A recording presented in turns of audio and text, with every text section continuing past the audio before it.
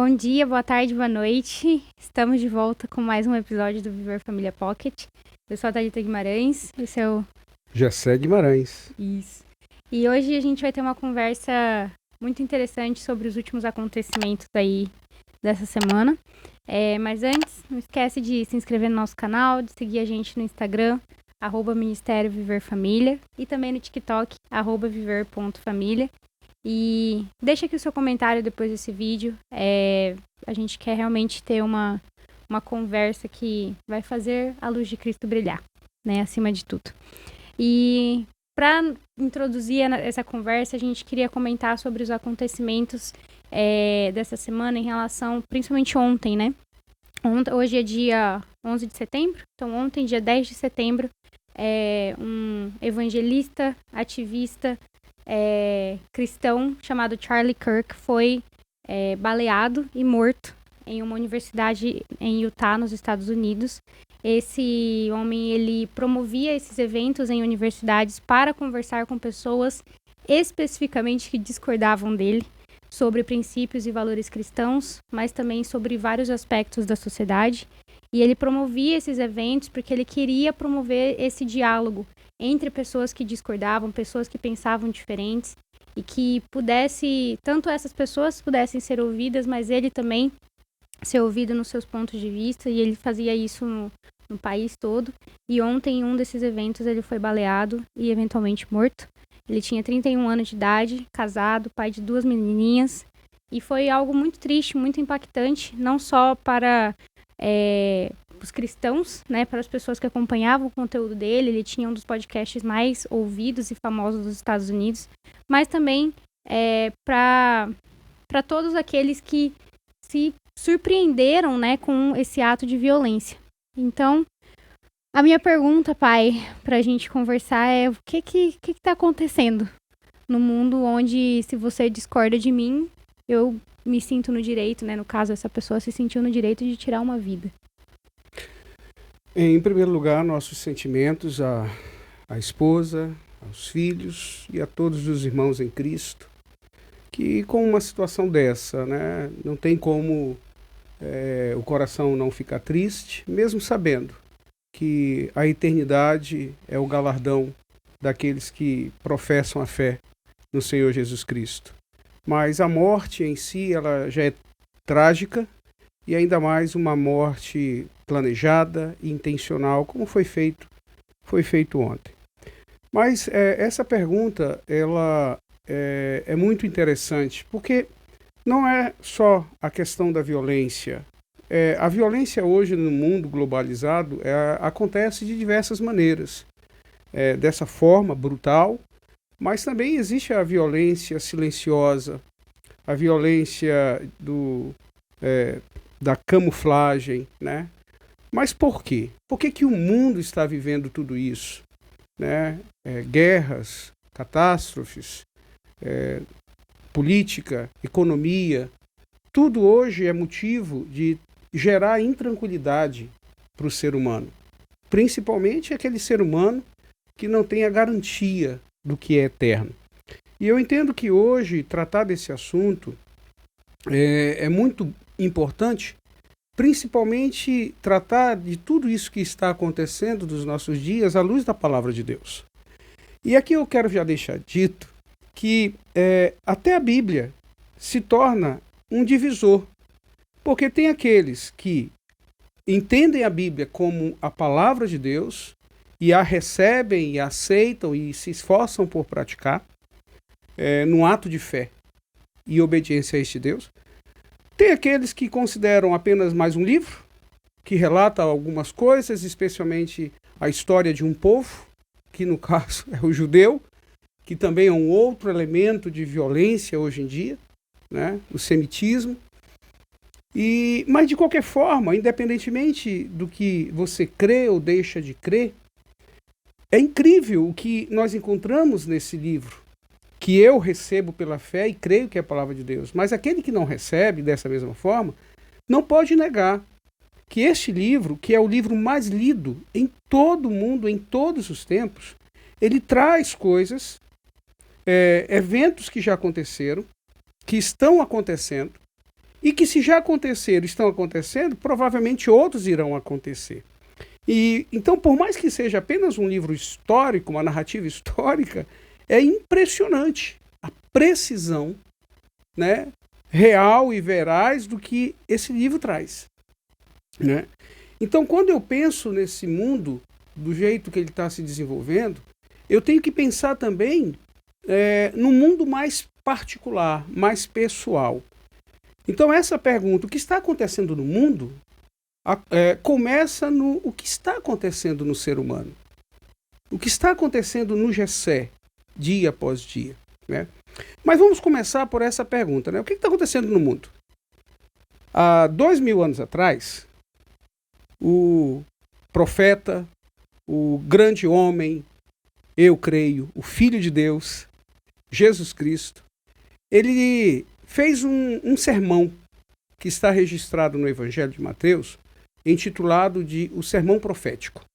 Esse texto está lá em Mateus, no capítulo 24, que vamos imaginar que esse texto fosse escrito mês passado. Já nos assustaria a precisão dele. Mas esse texto foi escrito há 2000 anos atrás. E esse texto, me permitam ler, diz assim: Jesus estava sentado no Monte das Oliveiras quando os discípulos se aproximaram dele e, em particular, lhe pediram: diga-nos quando estas coisas vão acontecer. Que sinal haverá da sua vinda e do fim dos tempos? E Jesus respondeu: tenham cuidado para que ninguém os engane, porque muitos virão em meu nome, dizendo: eu sou o Cristo, e enganarão a muitos. E vocês ouvirão falar, olha que precisão, hein? De guerras e rumores de guerra. Fiquem atentos e não se assustem, porque é necessário que isso aconteça, mas ainda não é o fim.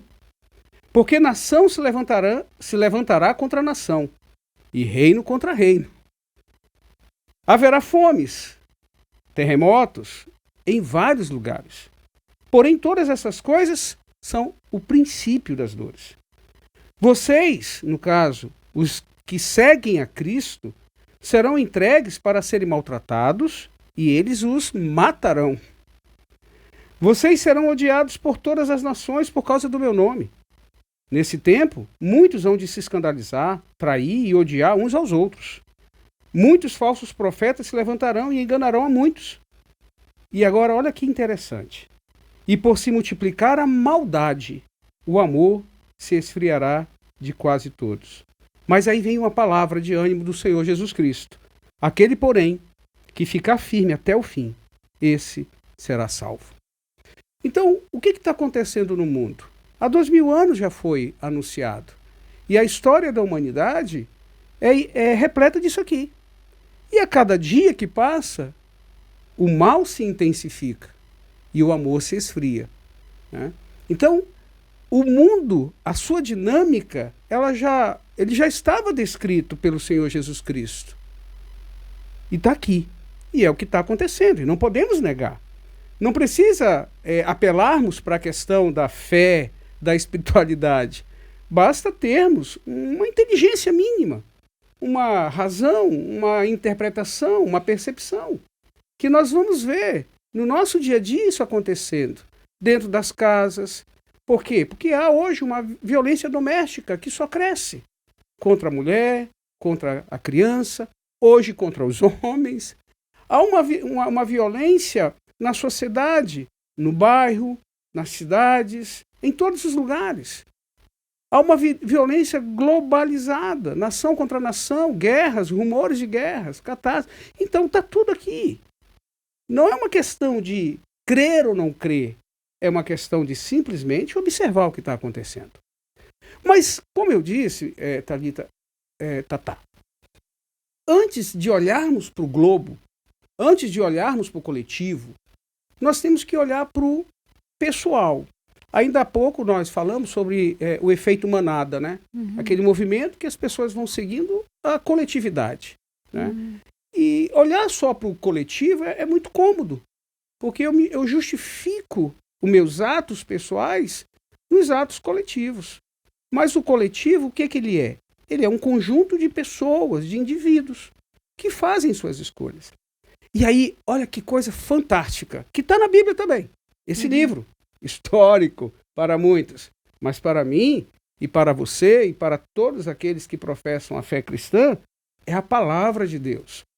Há 2000 anos atrás, o apóstolo Paulo, escrevendo para o seu filho na fé, Timóteo, ele fez um alerta para Timóteo, dizendo a respeito do homem do futuro, né? Então, há 2000 anos atrás, já havia sido deixado um alerta para nós. Deixa eu ler esse alerta para todos nós. Está lá em 2 Timóteo, capítulo 3. Aquele texto anterior está em Mateus 24. Em Timóteo, Paulo diz assim, para Timóteo: mas você precisa saber disto. Nos últimos dias sobrevirão tempos difíceis, pois os seres humanos serão... Presta atenção, se você tiver um papel e uma canetinha aí, anota o que Paulo disse há 2000 anos atrás, a respeito do que eu sou e do que você é. Nos últimos dias, os seres humanos serão egoístas, avarentos, orgulhosos, arrogantes, blasfemadores, desobedientes aos pais, ingratos, ímpios, sem afeição natural, implacáveis, caluniadores, sem domínio de si, cruéis, inimigos do bem, traidores, atrevidos, convencidos, mais amigos dos prazeres do que amigos de Deus, tendo forma de piedade, mas negando o poder dela. Fique longe também destes, pois entre estes se encontram os que infiltram nas casas e conseguem cativar mulheres tolas, sobrecarregadas de pecados, que são levadas por todo tipo de desejo. Há 2000 anos atrás, o homem do futuro já havia sido descrito. Aí eu pergunto para todos nós: eu não sou assim? Eu não tenho essas características? Eu não vivo dessa forma, dia a dia? Esse é o homem do hoje, que há 2000 anos atrás já havia sido anunciado.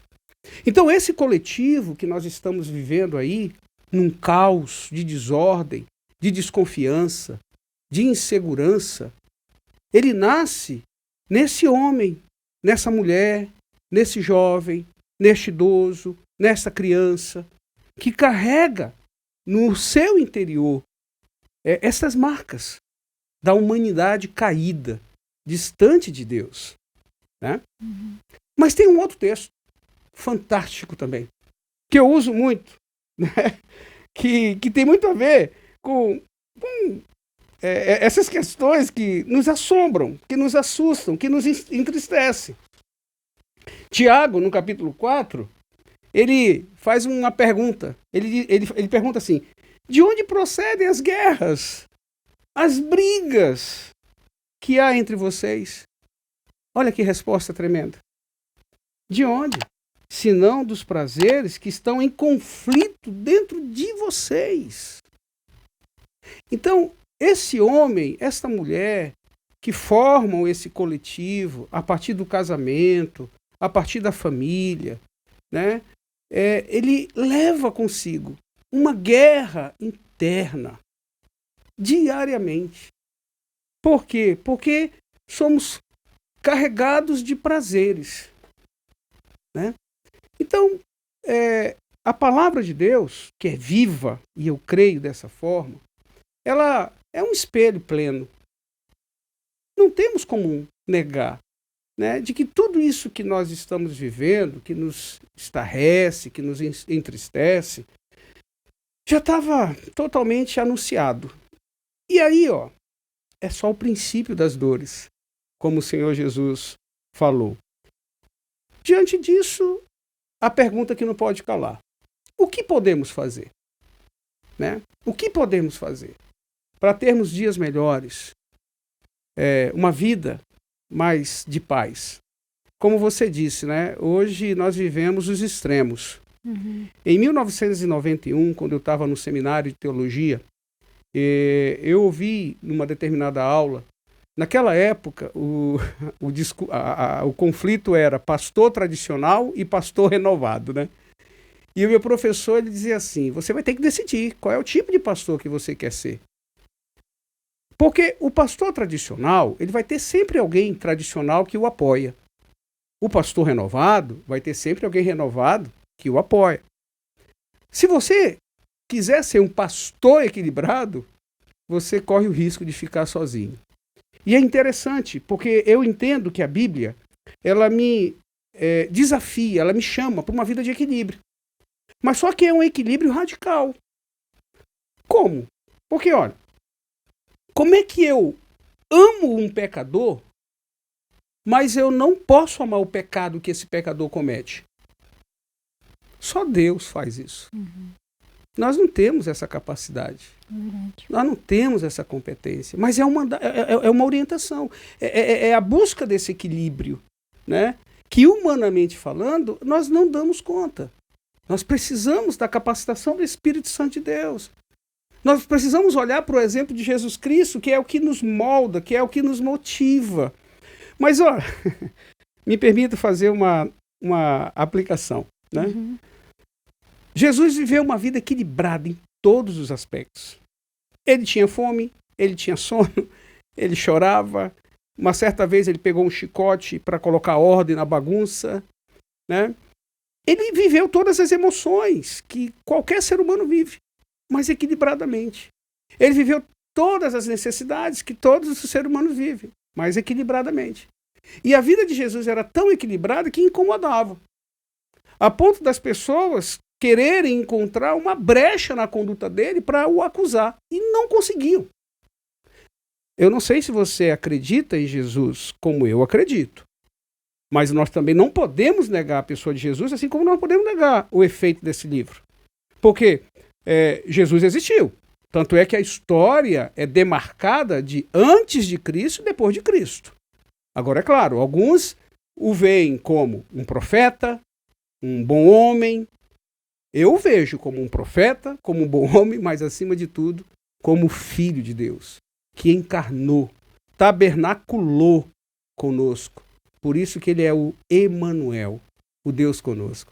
E Jesus viveu uma vida de equilíbrio o tempo todo. Mas sabe aonde a vida de Jesus o levou? A vida equilibrada de Jesus? Para ficar no meio de duas cruzes. A cruz dele era central. A vida equilibrada de Jesus o levou à morte mais cruel. E eu entendo que ser um cristão hoje em dia é um grande privilégio. Porém, é um privilégio marcado pelas palavras do próprio Senhor Jesus. Uhum. Bem-aventurados sois quando, por minha causa, vos injuriarem, vos perseguirem e contra vós disserem todo o mal. Grande é o vosso galardão no céu. Não é aqui. Mas aí continua aquela pergunta: o que fazer? É por isso que nós acreditamos muito na força do casamento, na força da família, aonde nós geramos vidas. E essas vidas, elas são criadas, elas são educadas para serem boas pessoas, seres humanos que aprendam a respeitar o que é diferente. Não necessariamente os conflitos precisam acabar em brigas, em guerras. Aqui em casa, por exemplo, eu e sua mãe, eu e você comigo, sua mãe comigo, nós temos conflitos. Discordamos, pensamos coisas diferentes. No entanto, não deixamos de nos respeitar, de nos amar. E quando a coisa está muito séria, a gente dobra o joelho, ora. Fica um pouco mais sério, a gente busca ajuda. Mas nos respeitamos, né? Infelizmente, nós vivemos num mundo dos extremos hoje em dia. Extrema direita, extrema esquerda, centrão. Mas antes de tudo isso, o que é que existe? Esse homem de Timóteo, esse homem de Tiago. Então é esse homem que precisa ser tratado. É esse ser humano que precisa ser cuidado, né? Cuidado pela palavra, cuidado pelo amor de Deus, né? Nós, no exercício da nossa profissão como psicólogos, eu e sua mãe, você mesmo como professora de inglês, Davi como contador, Rebeca como professora, o Pedro como empresário do ramo alimentício, né? Podemos ser instrumentos usados por Deus para tratar as pessoas com amor, com consideração, com respeito, e assim testemunhar, né, o amor que transforma.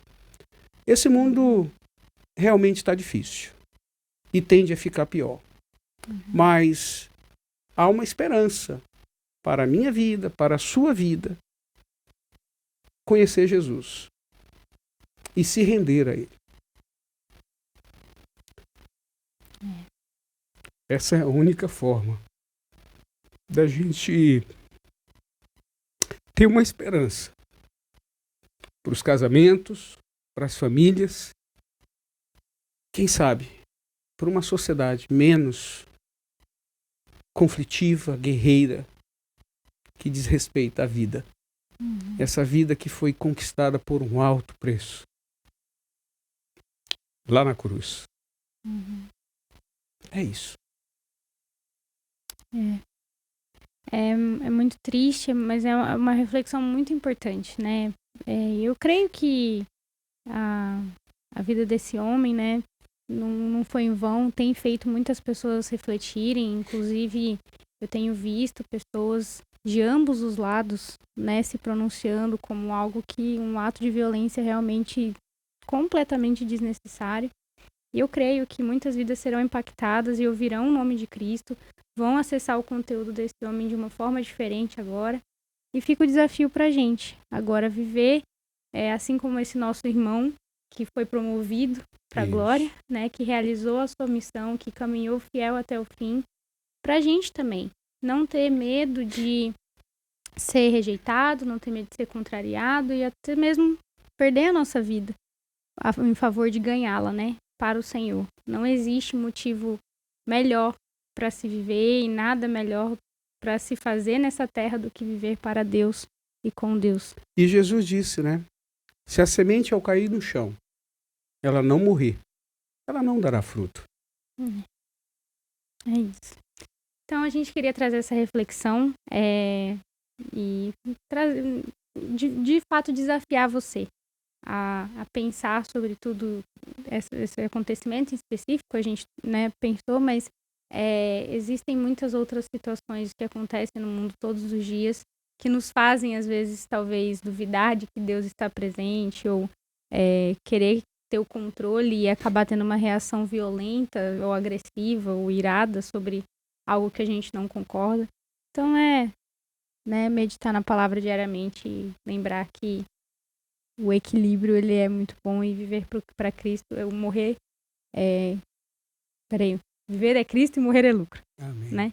Então, novamente, siga a gente, se inscreve aqui no nosso canal, siga a gente no Instagram, @Ministério Viver Família, no TikTok também, @viver.família, e comenta aqui o que você quer compartilhar com a gente quer continuar essa conversa. Deus abençoe, gente. Beijo no teu coração.